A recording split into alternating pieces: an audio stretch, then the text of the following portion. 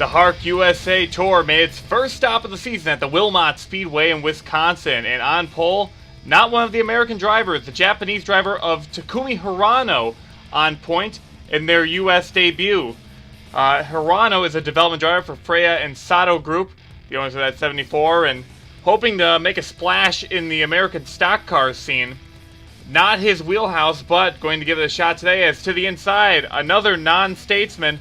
It's Ruby Bragg from the United Kingdom. She's going to drive underneath and steal the lead away from Hirano. 3 wide racing for the third position, as Bragg trying to keep it out front for WF9 Motorsports, but a challenge to the inside from car number 8 as beginning laps of this dirt track get a little hectic.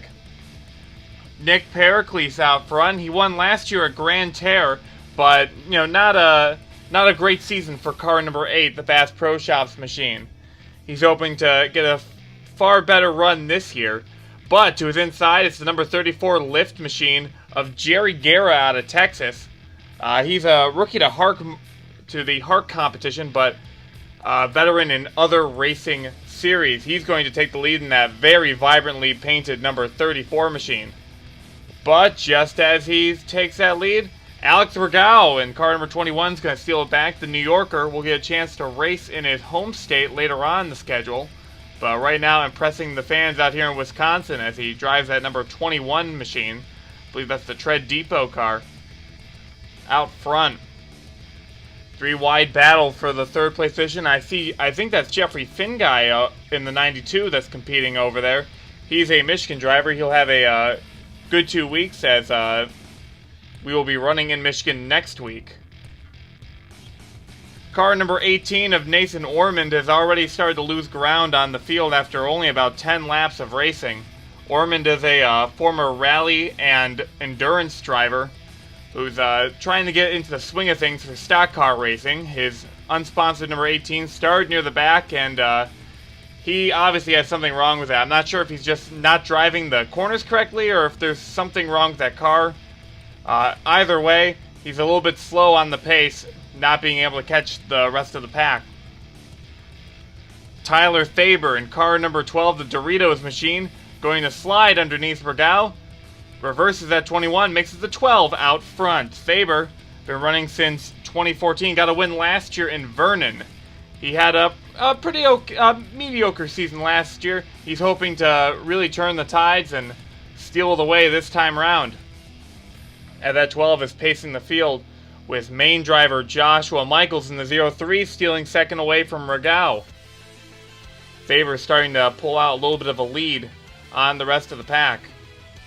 Car number 16 is Tristan Wilhoit. He's giving a good run for the new manufacturer, the Denali Tenada. So the 16 having a good run out there. The issue with having a new manufacturer in this series is that they don't have a lot of excess data about how these tracks run. So Wilhoit, they're basically learning everything every time they go out to the racetrack. But right now he's learning a lot. He currently sits in the top 10. The Alaska-born driver, trying to keep it up front. Antivia Kingray, the Kentucky native, able to challenge Tyler Faber for the race lead. She drives it down low in that copper top machine, and she's going to steal it away, lead out front here at the dirt track. Short track racer from Kentucky, running the full HARC USA Tour, hoping to get some much-needed experience and maybe even steal a win this year. Kingray having a good run out front, as she's going to steal away from Faber, as this lead has changed so many times within the first 20 of the scheduled 166 laps.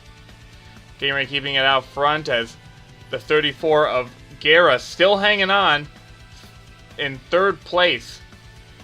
However, one driver that really fell off is Takumi Hirano. After starting on the pole, has just lost so much position on track. Right now scored in the 39th position. Not sure what's wrong with that number 74. He's complaining over the radio, but he is not a native English speaker, so we can't tell you exactly what's wrong with the vehicle. But had an excellent qualifying lap, just unable to really get it down in race trim. So hopefully Hirano can figure something out. But another international driver finding some success today. Gabriel Wanderley, able to get that number 47 up to third place, driving the Siemens machine. Gabriel Wanderley, a rookie in this series, trying to make a name for himself, decided that U.S. stock car racing was the best opportunity for him, so he made the long flight from Brazil all the way up here. Now, as this race airs, the Brazil is having its Olympic Games, so hopefully Wanderley can score a gold medal in racing tonight. He's losing a couple positions right now, but positions change so frequently here. Keith Batson, car number 39, he's looking for sponsorship on that machine. They're trying to work out a sponsorship deal. They're currently running this scheme as a temporary substitute. But he has dropped quite a few positions. He was running inside the top 10, now back to 31st, so the sponsors that he's trying to attract better be pretty lenient, or else they may be a little worried about signing on with Keith Batson. As he dives that down to the inside of the racetrack. He's got a lot of ground to get through if he wants to work his way back up to the front. Speaking of working their way to the front, Tommy Turbo in car number 3 started near the tail end of the field, has already worked his way up to 4th place, just 50 laps into our event. Now, Turbo is a spotter for Chris Dodd in other racing divisions. Dodd, currently in this race, decided to get behind the wheel this time around and having a great run in that Tropicana machine. He's been able to find so much speed out of that machine, it's crazy. And now on track, hey look, it's Troy McClure. You may remember him from such series as the Baja Blast 1000 and 2 Girls 1 Cup series. But Troy McClure right now running in the HARC USA Tour, one of the fan favorites out there. Everyone loves Troy McClure. Not having a bad run out there, 19th at the moment, has peaked into the top 10 occasionally, and has been getting a little extra practice this weekend with running the Sportsman event earlier today. Finished 6th place in that one, so he has a little bit more track time than some of these other drivers on track, hoping to put it to good use.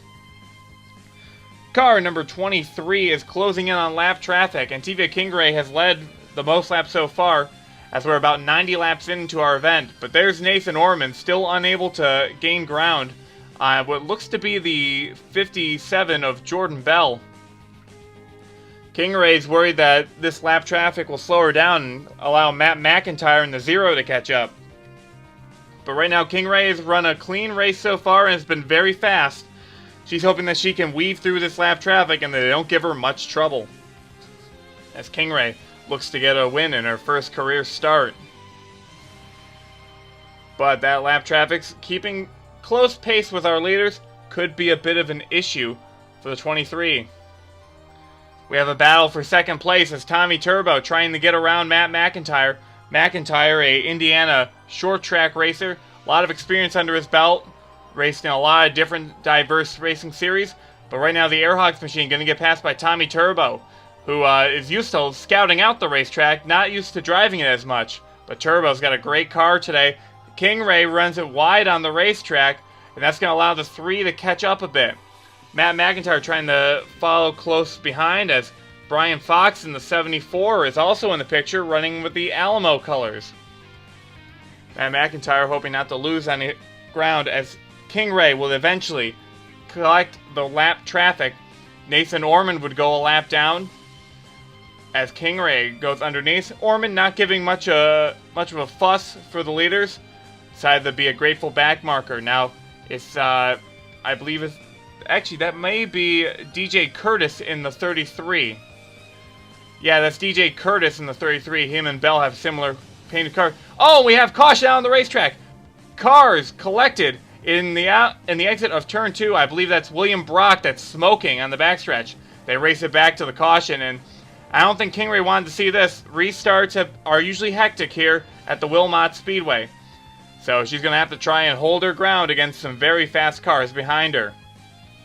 As the pace car comes out, we take a look at what happened with that caution. Car number 1 of William Brock slides it off the track in turn 1, backs it into the wall, and it looks all well and good. He tries to get back on the racetrack, but just, I think something was broken in that number 1 machine. Slides down the racetrack and, collects Chris Dodd, Jeffrey Finguy as well. And that's going to end the day for both Brock and Finguy.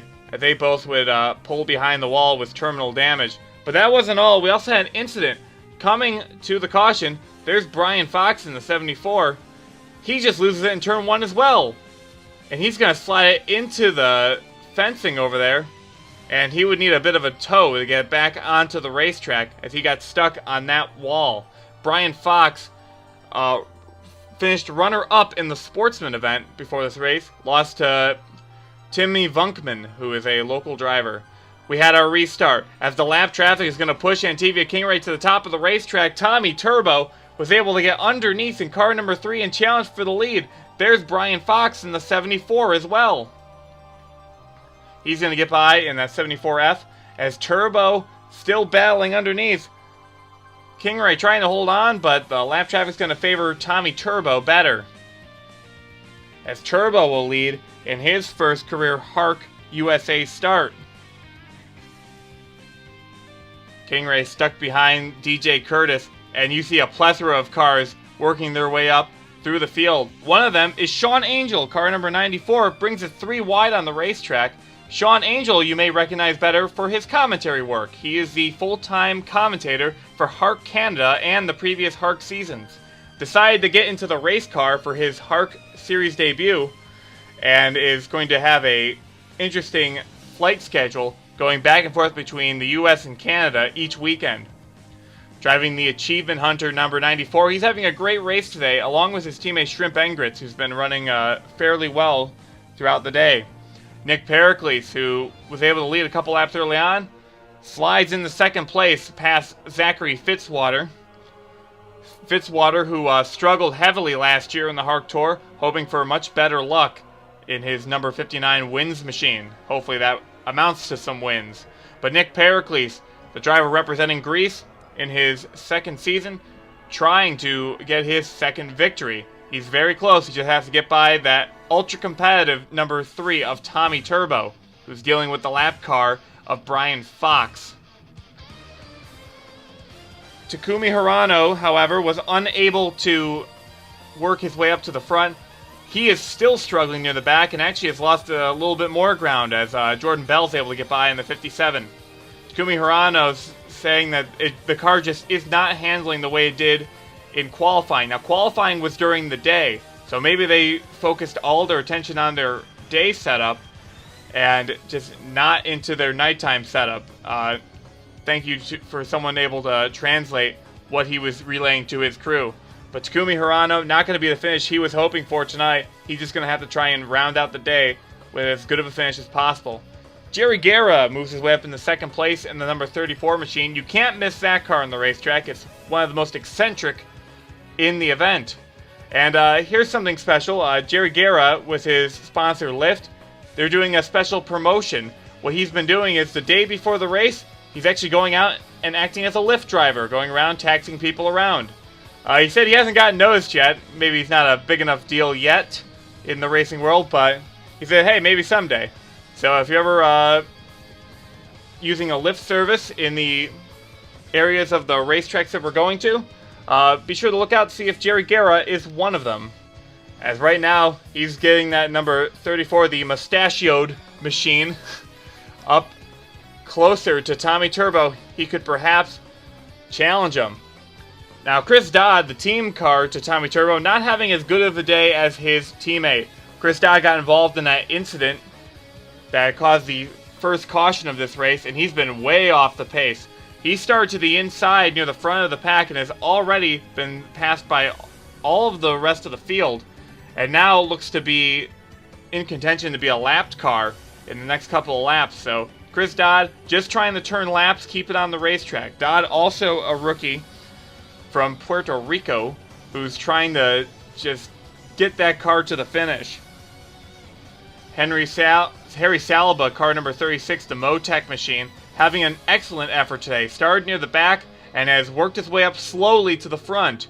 Some drivers have fluctuated back and forth quickly, but Saliba has just been nothing but gaining, as that number 36 machine could be in contention for a victory today if he can play his cards right.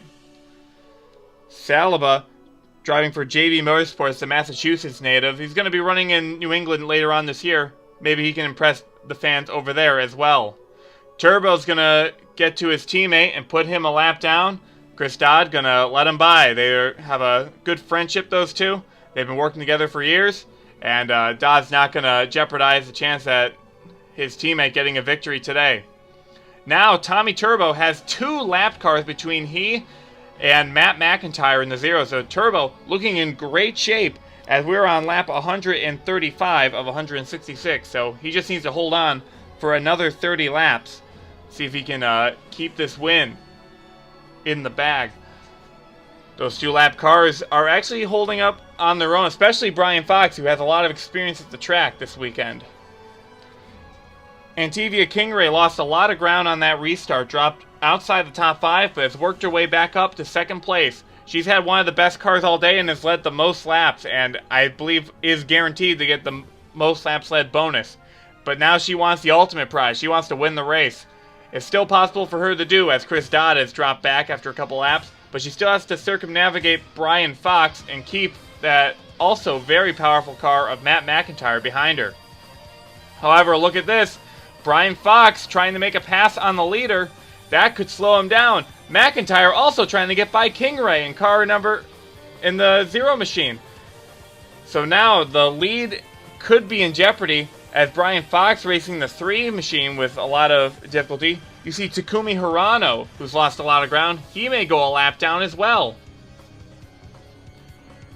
Oh, we actually have a caution out. Jerry Guerra, car number 34, was having a great race running up in the top 10, having an issue, and I think his throttle hung when he tried to get it back on the racetrack.